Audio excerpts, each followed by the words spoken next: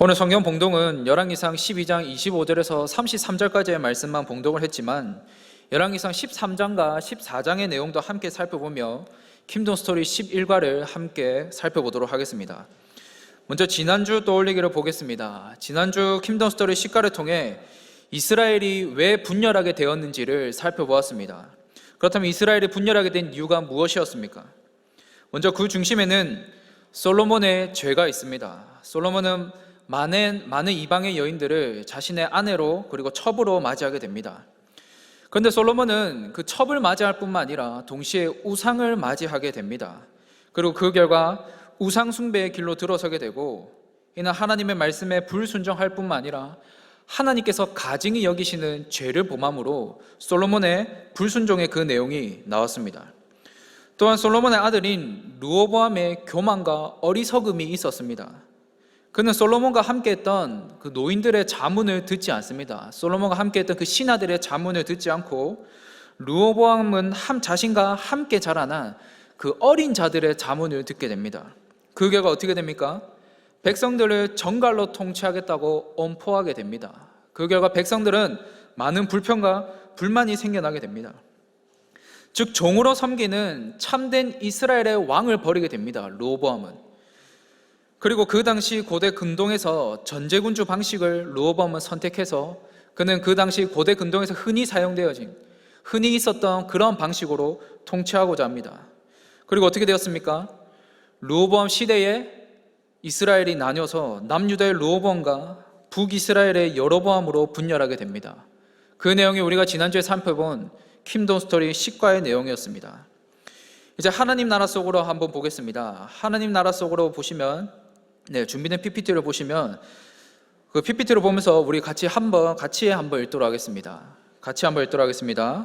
북이스라엘은 솔로몬과 르호보암 왕이 하나님으로부터 떠난 것에 대한 하나님의 심판이요 대안과도 같습니다. 그러므로 왕국 건설 자체가 부정적으로 묘사되지 않습니다. 북이스라엘에게도 두 가지의 길이 동일하게 주어졌습니다. 하나님의 목소리를 청종하는 길을 갈 것인지 하나님을 떠나 우상 숭배의 길로 갈 것인지 선택할 수 있습니다. 여로보암과 북이스라엘이 대안으로 세워졌다면 하나님의 뜻대로 살아가야 했을 텐데 그들은 하나님이 심판하셨던 남유다의 길보다 더 악하게 하나님을 떠나는 길을 선택하고 말았습니다. 이스라엘은 분열이 되었고 북이스라엘은 여로보암이 통치하게 됩니다. 여로보암이 북이스라엘의 초대 왕으로 통치하게 되는데, 그런데 여로보암은 유다 지파의 사람이 아닙니다. 그는 에브라임 지파의 사람입니다. 그럼에도 불구하고 하나님께서는 그를 북이스라엘의 왕으로 삼으셨고 이스라엘의 선대 왕들에게 주셨던 그 동일한 말씀을 주십니다. 열왕기상 11장 37절과 38절의 말씀을 보면, 내가 너를 취하리니 너는 내 마음에 원하는 대로 다스려 이스라엘 위에 왕이 되되 내가만이 내가 명령한 모든 일에 순종하고 내 길로 행하며 내 눈에 합당한 일을 하며 내 종 다윗의 행함같이 내 율례와 명령을 지키면 내가 너와 함께 있어 내가 다윗을 위하여 세운 것 같이 너를 위하여 견고한 집을 세우고 이스라엘을 내게 주리라 라고 그렇게 말하고 있습니다. 이 말씀이 무슨 뜻이겠습니까? 북이스라엘의 왕이 된 여로보암에게 한마디로 하나님의 말씀에 그리고 규례와 법도에 순종하며 살아가라는 겁니다. 그러면 내 왕위를 견고히 세워주겠다라고 하나님께서 동일한 말씀을 주십니다. 즉 하나님께서는 지금 선대 왕들에게 주셨던 그 말씀을 주고 계십니다. 그렇게 여로보암은 이제 선택해야 합니다. 하나님의 말씀대로 순종의 길을 걸어갈지 아니면 하나님의 말씀을 거역하는 불순종의 길을 걸어갈지를 여로보암은 선택해야 합니다. 그렇다면 북이스라엘의 초대 왕인 여로보암은 어떠한 선택을 했겠습니까? 오늘 그 내용을 킹덤 스토리 11과를 통해 우리 함께 살펴보고자 합니다. 다음 페이지를 보시면 첫 번째 소주제가 있습니다. 첫 번째 소주제 우리 같이 한번 읽도록 하겠습니다. 시작. 여로보암이 범한 두 가지 잘못. 여로보암은 왕이 되자마자 세겜을 건축하고 그 세겜을 자신의 수도로 삼고 그리고 요새들을 만들어서 나라를 군사적으로 그리고 경제적으로 정비해 나갑니다. 그런데 그런 그에게 한 가지 고민이 있었습니다. 바로 종교입니다. 이스라엘은 성전 중심의 공동체입니다. 그리고 그 성전이 지어지기 전에는 성막 중심의 공동체입니다. 그것은 광야에서 이스라엘 백성들이 광야에서 진을 치는 모습을 보면 알 수 있습니다. 이스라엘 백성들이 광야에서 진을 칠 때는 성막이 가운데 있습니다. 그리고 그 성막을 가운데 두고 그 성막을 중심으로 동그랗게 원을 그려서 12지파들이 진을 치게 됩니다. 이는 그 이스라엘 공동체가 성막 중심으로 살아가고 있음을 보여줍니다. 뿐만 아니라 성전이 지어졌을 때도 그들은 성전을 중심으로 살아갔습니다. 그렇게 성전 중심의 이들은 성전에 모여서 하나님께 제사를 드리고 하나님께 예배를 했고, 그리고 절기 때마다 성전에 모였습니다. 하지만 이 당시 성전은 르호보암이 통치하는 남유다에 있는 예루살렘 성 안에 있었습니다. 그래서 27절의 말씀을 보면 여로보암의 걱정이 나옵니다. 이 백성이 예루살렘에 있는 여호와의 성전에 제사를 드리러 가게 되면 그들의 마음이 남유다로 돌아서서 자신을 죽이고 르호보암에게로 다시 돌아갈까 봐 여로보암은 걱정하고 있음을 말해주고 있습니다. 즉 여로보암은 자신의 왕권이 다시 찬탈될 것을 두려워하게 됩니다. 그래서 그가 선택한 방법이 무엇입니까? 그는 우상을 들여와 그 우상들을 그 나라에 제도화시켜 버립니다. 28절과 29절의 말씀 한번 보겠습니다. 열왕기상 12장 28절과 29절의 말씀인데요, 우리 다 같이 한번 읽도록 하겠습니다. 열왕기상 12장 28절과 29절의 말씀입니다. 이에 계획하고 두 금송아지를 만들고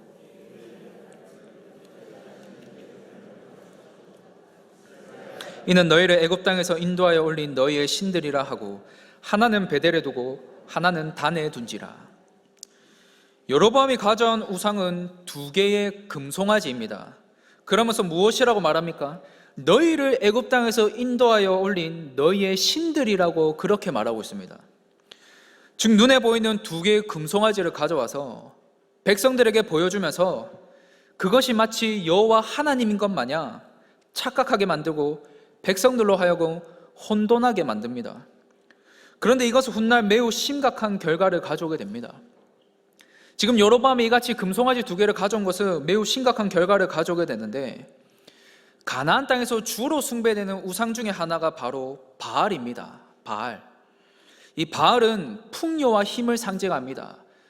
그렇게 이스라엘의 가나안 땅은 농경사였습니다. 그래서 이들은 풍요로운 농사를 원해서 이 바알이라는 그런 우상을 만들어서 섬겼는데, 이 고대 근동에 이 바알과 관련된 신화가 있습니다. 그 신화를 보면 바알을 송아지로 묘사하기도 합니다.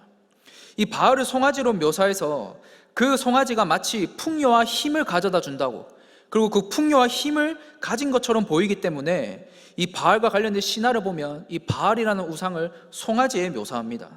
그리고 여로보암은 이 두 금송아지를 가져와서 그것을 종교화시켜버리고 그것을 그 나라에 북이스라엘에 제도화시켜버립니다.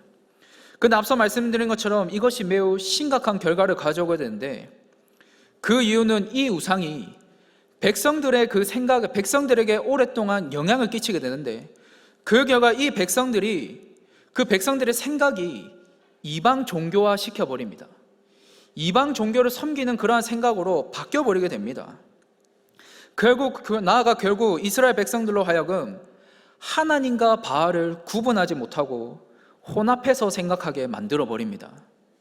그래서 훗날 선지자 엘리야가 북이스라엘의 그 바알의 선지자 450명과 싸울 때, 바알은 이미 북이스라엘의 종교가 되어 있었고, 그래서 백성들은 하나님과 바알 사이에서 머뭇거려 있는 그런 모습을 보이지 않습니까?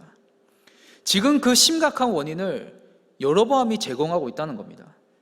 그리고 여로보암은 여기서 멈추지 않습니다. 계속해서 31절과 32절의 말씀을 보면 그가 또 상당들을 싣고 레위 자손 아닌 보통 백성으로 제사장을 삼고 8째 달 곧 그 달 15째 날로 절기를 정하여 유다의 절기와 비슷하게 하고 제단에 올라가되 베델에서 그와 같이 행하여 그가 만든 송아지에게 제사를 드렸으며 그가 지은 상당의 제사장을 베델에 세웠더라.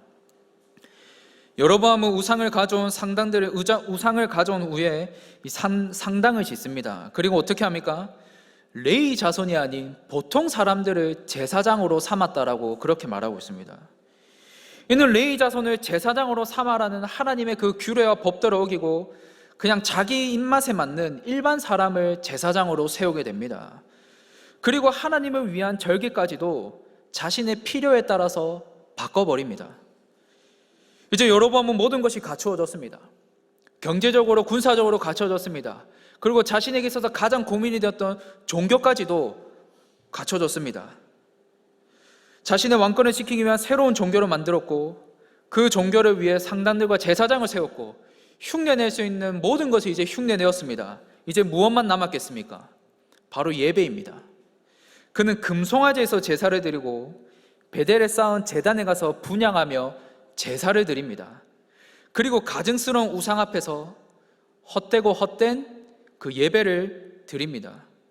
즉 여로보암은 마지막으로 예배까지도 훼손시켜 버립니다. 성도 여러분, 하나님께서는 여로보암에게 북이스라엘의 왕으로서 너가 어떻게 해야 하는지를 하나님께서는 말씀해 주셨습니다. 어떻게 하면 너의 왕위가 견고해 서고, 어떻게 하면 너가 왕으로서 인정을 받으며, 어떻게 하면 너가 왕으로서 잘 통치할 수 있는지를 하나님께서는 가르쳐 주셨습니다. 그가 왕위를 지키는 방법은 자신은 왕으로 세우신 하나님께 감사하면서, 그리고 하나님을 제대로 바르게 섬기는 겁니다. 하지만 그는 정반대의 길인 하나님을 대적하는 그런 어리석은 길을 선택하게 됩니다. 우리 이제 킨더스토리 교재에 있는 질문을 한번 살펴보도록 하겠습니다. 1-1의 질문은 가정에 돌아가셔서 한번 살펴보시고 1-2의 질문 한번 보겠습니다. 사울이나 여로보암처럼 예배를 사유화하려는 죄가 반복되는 이유는 무엇일까요? 반복되는 죄를 벗어나기 위해 우리가 할 일은 무엇입니까? 성도 여러분, 죄가 반복되는 이유가 무엇이겠습니까? 하나님을 두려워하는 마음이 없기 때문입니다. 하나님을 두려워하는 마음이 없고 하나님의 말씀을 제대로 알지 못하기 때문에 죄를 지으며 살아가는 겁니다. 그렇게 우리는 죄로부터 벗어나기 위해 하나님의 말씀을 제대로 알고 하나님의 말씀을 바르게 알아야 합니다. 그리고 말씀을 지키는 자에게, 그 하나님의 말씀을 알고 지키는 자에게 하나님께서 주시는 것이 있습니다. 그것이 무엇이겠습니까? 시편 19편 9절에서 11절의 말씀을 보면 여호와를 경외하는 도는 정결하여 영원까지 이르고 여호와의 법도 진실하여 다 의로우니 금 곧 많은 순금보다 더 사모할 것이며 꿀과 송이꿀보다 더 달도다. 또 주의 종이 이것으로 경고를 받고 이것을 지킴으로 상이 크니이다. 이 시편 19편의 고백은 다윗의 고백입니다. 다윗이 하나님을 경외하고 하나님의 말씀을 이 세상의 수많은 금은보화보다 귀하게 여기고 사모하는 이유는 하나님의 말씀이 꿀보다도 달며 그 말씀을 지키는 자에게 하나님께서 주시는 그 상이 있기 때문입니다. 그렇게 우리는 이 세상의 그 무엇과도 비교할 수 없는 하나님의 말씀과 기쁨과 즐거움을 진정으로 누릴 때, 그 말씀에 진정으로 감격하며 살아갈 때 그 순간적인 죄의 즐거움과 쾌락의 유혹에 넘어가지 않습니다. 그 순간적인 그 달콤한 유혹에, 그 즐거움에 우리는 빠져들지 않습니다. 특별히 오늘 이 자리에 나오신 성도님들은 하나님의 말씀을 통해, 성령께서 우리 마음 가운데 주시는 그 말씀을 통해 그 마음 가운데 기쁨과 즐거움이 세상과 비교할 수 없는 그 참 평안이 넘쳐나기를 축복합니다. 이제 우리 다음 페이지에 있는 두 번째 소제목을 살펴보겠습니다. 두 번째 소주제를 살펴볼 텐데요, 하나님의 사랑과 심판 예언입니다. 하나님의 사랑과 심판 예언. 여로보암은 자신이 만든 제사에서 제사를 드리며 우상을 숭배했습니다. 예배까지도 훼손시켰습니다. 이에 대해서 하나님께서 어떻게 반응하겠습니까?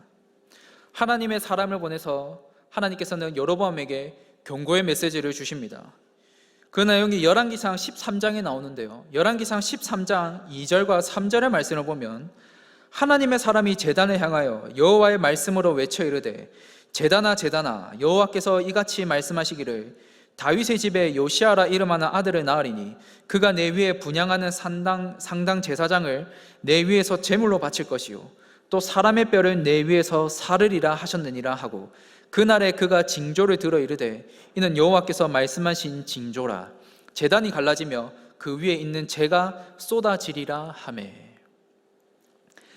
우상숭배를 행하는 이 더러운 제단이 훗날 요시아라는 그 왕을 통해 무너질 것이라는 그 심판의 메시지를 주십니다. 요시야라는 왕은 훗날에 등장하게 됩니다. 남유다의 왕으로서 훗날 등장해서 이 예언대로 그대로 이루어지게 되는데, 그렇다면 우리가 여기서 주목하고자 하는 것은 이 말을 듣고 있던 여로보암이 어떻게 반응했냐는 겁니다. 지금 하나님께서 경고의 메시지를 주실 때, 하나님께서 그 메시지를 주셨을 때 여로보암이 어떻게 반응하고 있냐면 하나님의 사람을 제지하려고 합니다. 그러자 그때 여로보암이 하나님의 사람을 제지하려고 하자 여로보암의 손이 말라버리게 됩니다. 이를 통해 그 누구도 지금 하나님의 말씀을 막아설 수 없음을 보여줍니다. 그제서야 여로보암은 깨닫게 됩니다. 무언가가 잘못되었다는 것을 깨닫게 됩니다. 그것을 인지하고 무엇이라고 말하냐면 자신의 손을 다시 회복시켜 달라고 간구합니다. 우리 6절의 말씀인데요, 열왕기상 13장 6절의 말씀을 우리 한번 찾아서 같이 한번 보도록 하겠습니다. 열왕기상 13장 6절의 말씀입니다. 왕이 하나님의 사람에게 말하여 이르되 청하건대 너는 나를 위하여 내 하나님 여호와께 은혜를 구하여 내 손이 다시 성하게 기도하라. 하나님의 사람이 여호와께 은혜를 구하니 왕의 손이 다시 성하여 전과 같이 되니라. 자신의 손을 다시 회복시켜 달라고 여로보암이 간구합니다. 그러자 어떻게 됩니까? 하나님께서 그의 손을 다시 회복시켜 주십니다. 그렇다면 여로보암에게 심판의 메시지를 주셨지만 동시에 자신의 손이 말랐다가 다시 회복하는 이것을 경험한 여로보암은 어떠한 반응을 보여야 되겠습니까? 그거 어떻게 해야 되겠습니까? 다시 회개하고 돌이켜야 합니다. 이 말씀을 들었을 때, 이 같은 일을 경험했을 때 여로보암은 다시 회개하고 돌이켜야 합니다. 성도 여러분, 하나님께서는 범죄한 자들에게 경고의 메시지를 주십니다. 다윗이 그러하지 않습니까? 그가 밧세바를 범했을 때 하나님께서는 나단 선지자를 보내셔서 그를 책망하십니다. 그 결과 다윗은 하나님 앞에서 철저하게 눈물로 회개하며 나아갑니다. 그 내용이 시편 51편에 고스란히 담겨져 있습니다. 또한 솔로몬은 어떻습니까? 열왕기상 11장을 보면 솔로몬의 통치 말기 이방의 많은 여인들과 혼인하여 우상숭배를 하게 됩니다. 그러자 하나님께서는 2번이나 솔로몬에게 나타나셔서 그에게 하지 말라고 경고하십니다. 여로보암도 마찬가지입니다. 비록 그에게 심판의 메시지는 주어졌지만 아직 여로보암에게는 기회가 있습니다. 하나님 앞에 전심으로 회개하고 여로보암은 돌이켜야 합니다. 하지만 이 심판의 메시지를 들었음에도 불구하고 여로보암이 어떻게 반응하고 있습니까? 열왕기상 13장 33절과 34절의 말씀을 보면 여로보암이 어떻게 하고 있는지가 나옵니다. 여로보암이 이 이후에도 그의 악한 길에서 떠나 돌이키지 아니하고 다시 일반 백성을 상당의 제사장으로 삼되 누구든지 자원하면 그 사람을 상당의 제사장으로 삼았으므로 이 일이 여로보암 집의 죄가 되어 그 집이 땅 위에서 끊어져 멸망하게 되니라. 무엇이라고 말하고 있습니까? 이 일이 있은 후에도 그가 악한 길에서 떠나지 않았다라고 그렇게 말씀하고 있습니다. 그리고 누구든지 자원하는 사람을 상당의 제사장으로 삼았는데, 즉 계속해서 끊임없이 하나님의 말씀에 불순종하며 거역하는 모습을 보여주고 있습니다. 그래서 34절에서 이것이 여로보암 개인이 아닌 여로보암 집의 죄가 되어 그 집안이 멸망하게 된다라고 그렇게 말씀하고 있습니다. 사랑하는 성도 여러분, 우리는 살아가면서 때론 부족하고 때로는 연약한 모습들이 있습니다. 그리고 하나님과의 관계가 멀어질 때가 있습니다. 그때 하나님께서 우리를 외면하시겠습니까? 아닙니다. 그때 하나님은 우리에게 신호를 주십니다. 다시 돌아오라고, 다시 하나님께로 돌이켜라고, 회개하고 나아오라고 하나님께서는 신호를 보내십니다. 부모와 자녀 관계를 한번 생각해 보십시오. 자녀가 잘못했을 때 부모들은 어떻게 반응합니까? 처음엔 주의를 주지 않습니까? 경고하지 않습니까? 그마저도 안 될 때는 어떻게 합니까? 혼을 내지 않습니까? 그렇다면 부모가 자녀를 혼내는 이유가 무엇입니까? 자신의 자녀가 미워서입니까? 자신의 자녀가 싫어서입니까? 자신의 자녀가 싫어서도 미워서도 아닙니다. 자신의 자녀를 사랑하기 때문입니다. 내 자녀에 대한 관심이 있기 때문에, 내 자녀를 사랑하기 때문에 부모의 마음 가운데는 내 자녀가 잘 되기를 바라는 그 마음이 자리 잡고 있기 때문에 자녀를 혼내기도 합니다. 하나님도 마찬가지입니다. 죄에 걸려 넘어졌을 때, 하나님과의 관계가 멀어졌을 때 다양한 방법을 통해 하나님께서 신호를 보내시는 이유는 다시 하나님 아버지 품으로 돌아오기를 바라는 그 하나님 아버지의 마음이 그 마음 가운데 있기 때문입니다. 그렇게 우리 삶 가운데 하나님께로 돌아오려는 신호를 보내실 때 우리가 보여야 될 반응은 겸손히 하나님 아버지 앞에 엎드려 다시 아버지의 품으로 돌아가는 것임을 꼭 기억하시기를 바랍니다. 우리 두 번째 질문들은 가정에 돌아가셔서 가정에서 한번 나눠보시고 우리 세 번째 소주제로 넘어가도록 하겠습니다. 세 번째 소주제인데요, 우리 같이 한번 읽도록 하겠습니다. 시작. 여로보암 왕의 집안에 임한 심판. 돌이킬 수 있는 기회가 있었음에도 불구하고 돌이키지 않은 여로보암에게 결국 하나님의 심판이 임하게 됩니다. 1절과 2절의 말씀을 보면요, 열왕기상 14장 1절과 2절의 말씀입니다. 그때 여로보암의 아들 아비야가 병든지라 여로보암이 자기 아내에게 이르되 청하건대 일어나 병장하여 사람들이 그대가 여로보암의 아내임을 알지 못하게 하고 실로로 가라. 거기 선지자 아히야가 있나니 그는 이전에 내가 이 백성의 왕이 될 것을 내게 말한 사람이니라. 심판과 경고의 메시지를 들었음에도 13장 마지막에서는 여로보암이 끊임없이 죄를 짓는 것으로 마무리되었습니다. 그리고 14장 1절의 첫 시작을 그때에 라고 그렇게 시작하며 여로보암의 아들이 병이 들게 됩니다. 여로보암의 아들이 병이 듭니다. 그러자 여로보암이 어떻게 합니까? 자신의 아내를 변장을 시켜서 선지자 아히야에게 보냅니다. 이 선지자 아히야는 앞선 열왕기상 11장에서 여로보암에게 너가 이제 왕이 될 것이며 왕으로서 하나님의 규례와 법도를 지켜야 한다. 그러면 너의 왕위가 견고히 세워질 것이라는 그 예언의 말씀을 전해준 선지자입니다. 그런데 지금까지는 여로보암이 그 선지자가 전해준 그 예언의 말씀대로 행하지 않고 그 말씀에 순종하지 않고 정반대의 길로 걸어왔던 여로보암이 자신의 아들이 병이 들게 되자 그 아들의 생사 여부를 확인하기 위해서 아히야 선지자에게 다시 보냅니다. 근데 자신의 아내를 보내는데 그 아내를 어떻게 해서 보냅니까? 변장을 시켜서 선지자에게 보냅니다. 이것은 여로보암 본인 스스로도 하나님의 말씀에 불순종하고 있음을 인지하고 있음을 보여주고 있습니다. 그리고 하나님께서는 선지자 아히야를 통해 말씀을 주십니다. 어떠한 말씀을 주시냐면요, 열왕기상 14장의 8절과 9절의 말씀인데요, 열왕기상 14장 8절과 9절의 말씀을 우리 같이 한번 읽도록 하겠습니다. 시작. 나라를 다윗의 집에서 찢어내며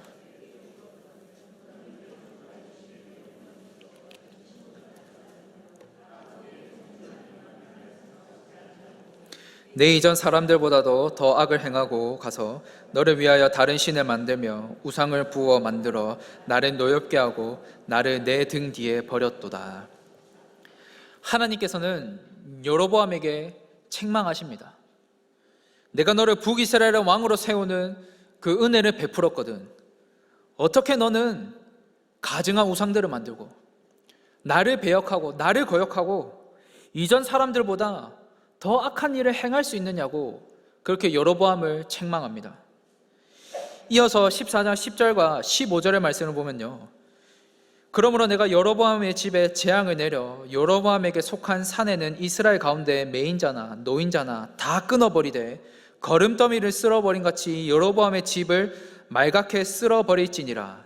여로보암의 집안을 완전히 쓸어버리겠다고 말씀하십니다. 이어서 15절의 말씀을 보면요, 여호와께서 이스라엘을 쳐서 물에서 흔들리는 갈대같이 되게 하시고 이스라엘을 그의 조상들에게 주신 이 좋은 땅에서 뽑아 그들을 강 건너로 흩으시리니 그들이 아세라상을 만들어 여호와를 진노하게 하였음이니라. 하나님께서는 여로보암의 가문이 사라질 것이라고 말씀하십니다. 그 시작이 바로 여로보암의 아들의 죽음입니다. 하지만 여기서 멈추지 않습니다. 결국 여로보암의 죄로 인해 가나안 땅에서 쫓겨 포로로 잡혀갈 것을 하나님께서는 지금 미리 예언으로 주십니다. 왜냐하면 여로보암이 만든 우상들은 오랫동안 북이스라엘에 영향을 끼쳐서 북이스라엘이 이 우상숭배로부터 벗어나지 못하게 만듭니다.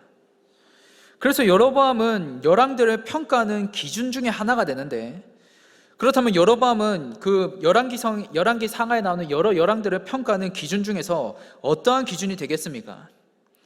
그는 이스라엘의 열왕들의 역사에서 악한 왕으로 평가되는 기준이 됩니다. 준비된 PPT를 한 면을 한번 보시면요, 여로보암에 대해서 어떻게 평가하는지가 여로보암 이후로 계속 나와 있습니다. 글씨가 조금 작은데 제가 한번 읽어드리도록 하겠습니다. 열왕기상 15장 34절의 말씀을 보면, 바하사가 여호와 보시기에 악을 행하되 여로보암의 길로 행하며, 바하사 왕에 대해서입니다. 16장 26절을 보면 느밧의 아들 여로보암의 모든 길로 행하며, 오므리에 대한 평가입니다. 느밧의 아들 여로보암의 죄를 따라 행하는 모든 것을 오히려 가볍게 여기며, 시돈 사람의 왕 엣바알의 딸 이세벨을 아내로 삼고 가서 바알을 섬겨 예배하고, 아합에 대한 평가입니다. 아하시아는 또 어떻습니까? 여로보암의 길로 행하며. 여호람에 대한 평가는 열왕기하 3장 3절입니다. 그러나 그가 느밧의 아들 여로보암이 이스라엘에게 범하게 한 그 죄를 따라 행하고. 예후에 대한 평가입니다. 여로보암이 이스라엘에게 범하게 한 그 죄에서 떠나지 아니하였더라. 계속해서 쭉 보시면 여로보암의 집에서 떠나지 아니하였다, 여로보암의 죄에서 떠나지 않았다, 여로보암의 이름이 계속해서 거론되면서 나오는 것을 알 수 있습니다. 그리고 뿐만 아니라 북이스라엘의 마지막 왕이 호세아에 대해서도 평가할 때도 이 여로보암의 죄에서 떠나지 않았다라고 그렇게 평가하고 있습니다. 우리가 여기서 조금 주목하고자 하는 것은, 북이스라엘 역사상 가장 악한 왕으로 평가받는 왕이 아합이라는 왕입니다. 그런데 이 아합 왕에 대해서도 열왕기상 16장 화면에 나와 있습니다. 31절에 보면, 느밧의 아들 여로보암의 죄를 따라 행하는 모든 것을 오히려 가볍게 여기며, 시돈 사람의 왕 엣바알의 딸 이세벨을 아내로 삼고 가서 바알을 섬겨 예배하고 라고 그렇게 평가하고 있습니다. 북이스라엘 역사상 가장 악한 왕이라 불리는 아합 왕조차도 여로보암의 죄를 따라 행하였더라 라고 그렇게 평가하고 있습니다. 그렇다면 성도 여러분, 이스라엘의 역사는 여로보암을 어떻게 기억하겠습니까? 그 여로보암의 이름을 들었을 때 그에 대해서 어떻게 기억하겠습니까? 북이스라엘의 우상 숭배로 물들게 만든 자, 북이스라엘의 우상을 들여와서 그것을 제도화시켜버려서 여호와 신앙을 흩어버리게 만든 자, 북이스라엘이 아수르에게 멸망당해 비참한 포로로 잡혀가서 자신들의 민족의 정체성을 잃어버리고 끊임없이 우상 숭배해서 결국에는 멸망하게 만든 자, 그렇게 기억되지 않겠습니까? 성도 여러분, 역사는 기억을 간직하고 있습니다. 역사는 흔적을 남기게 됩니다. 그래서 한 사람의 그 이름에는 그 사람의 인생사가 담겨져 있습니다. 그리고 그 인생사는 그 자손들이, 그 후손들이 기억하게 됩니다. 그렇다면 오늘 이 자리에 나오신 성도님들은 우리의 후손들에게 어떤 기억을 남기시고 싶으십니까? 성실하고 책임감 강한 모습, 좋은 성품을 가지고 인품을 가지고 내 자녀들을 사랑하고 섬기는 모습, 가정을 섬기는 모습, 물론 이런 모습 좋습니다. 당연히 남겨야겠지요. 이런 모습도 너무나도 중요합니다. 하지만 하나님을 믿는 성도로서, 하나님을 믿는 그리스도인으로서 여기서 한 걸음 더 나아가야 되지 않겠습니까? 여기서 우리는 한 걸음 더 나아가서 한 가지 더 기억을 남겨야 되지 않겠습니까? 내 아버지는 평생을 하나님 중심으로 살아왔어. 내 어머니는 그 어떠한 상황과 환경 가운데서도 끝까지 하나님 앞에 기도하며 살아왔어. 우리의 할아버지 할머니는 일평생 하나님만을 신실하게 믿으며 주님의 교회를 섬기셨어. 이 믿음의 유산을 남겨야 되지 않겠습니까? 바라기는 우리 한박교회 모든 성도님들의 삶의 여정 가운데 신실하게 하나님을 믿으며 살아온 그 흔적이 가득하기를 바랍니다. 그래서 이 흔적을 우리의 자녀들이, 우리의 후손들이 본받아 그들도 하나님을 신실하게 믿으며 살아가서 그 믿음의 대가 계속해서 이어지는 그 놀라운 은혜가 우리 한박교회 모든 성도님들의 삶 가운데 가득하기를 주님의 이름으로 축복합니다. 이제 말씀을 정리하겠습니다. 오늘 킹덤 스토리 11가를 통해 여로보암의 죄가 무엇인지, 그리고 그의 죄로 인해 어떤 결과를 맞이하게 되었는지를 살펴보았습니다. 뿐만 아니라 하나님의 말씀은 반드시 이루어지며 그 말씀에 순종하며 사는 것이 얼마나 중요한지를 우리는 오늘 11일과를 통해서 살펴보았습니다. 그렇게 오늘 말씀의 내용들을 기억하시어 한 주간의 삶 속에서도 말씀대로 살아가고 말씀대로 순종의 삶을 살아가는 이 자리는 우리 모든 성도님들 되시기를 주님의 이름으로 축복합니다.